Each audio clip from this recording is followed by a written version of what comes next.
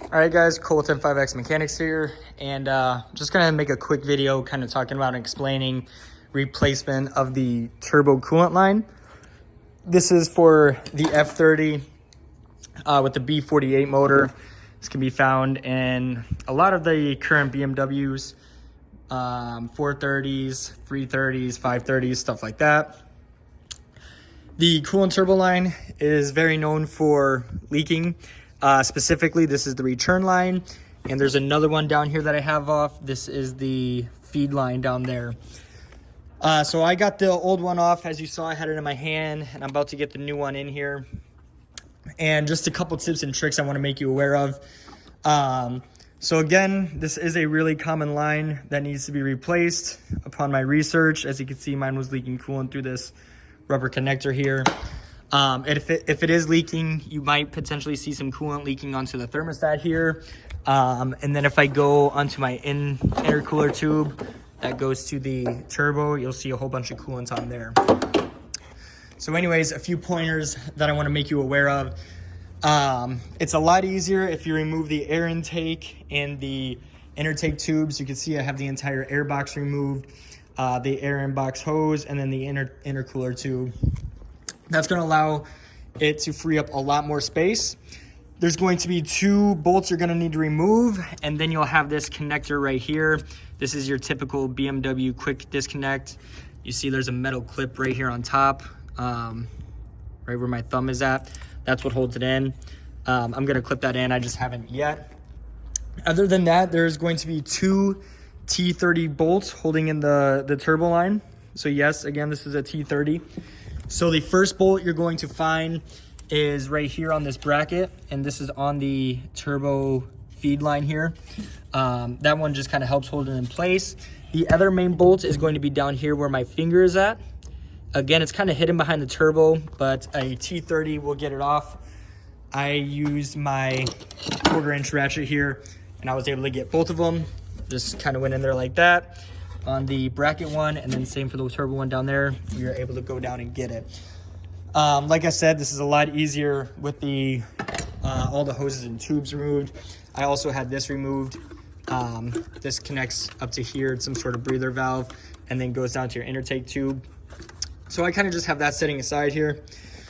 Now, what was tricky was it looks simple to replace on the surface, but I didn't realize until I looked from underneath, but you're also going to need to remove the feed line, because what happens is, you can see this is where this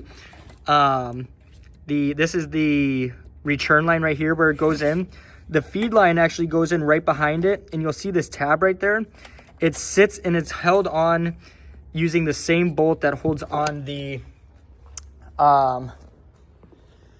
feed tube. So let me find my T30 right here.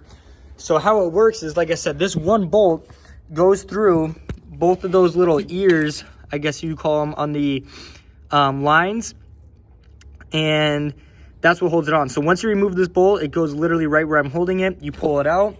You're first going to have to remove the feed line right here. That'll come out. Then you can remove the return line. Like I said, it took me a little bit to realize that. I was trying to return the return line, or trying to remove the return line without taking this feed line off. Something to be aware with these lines is that they are held in by O-rings, and chances are they're seized in there. If you have, hey, what's going on, bro? Yeah, go ahead, sit there. Chances are they're going to be seized in there if you haven't replaced it before. So be patient. It is going to take quite a bit of wiggling to get out of there. I recommend, spraying some WD-40 in there and kind of just try to work them back and forth, and eventually they will come loose. With that being said, when you take those off, those O-rings are definitely going to get damaged.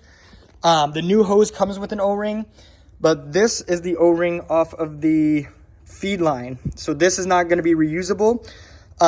This was the old one off the return line, also not reusable. So make sure to have some extra O-rings laying around.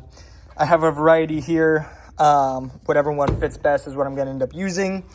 But that's another important tip. Make sure to get the O-ring beforehand, because you will for sure need to replace that.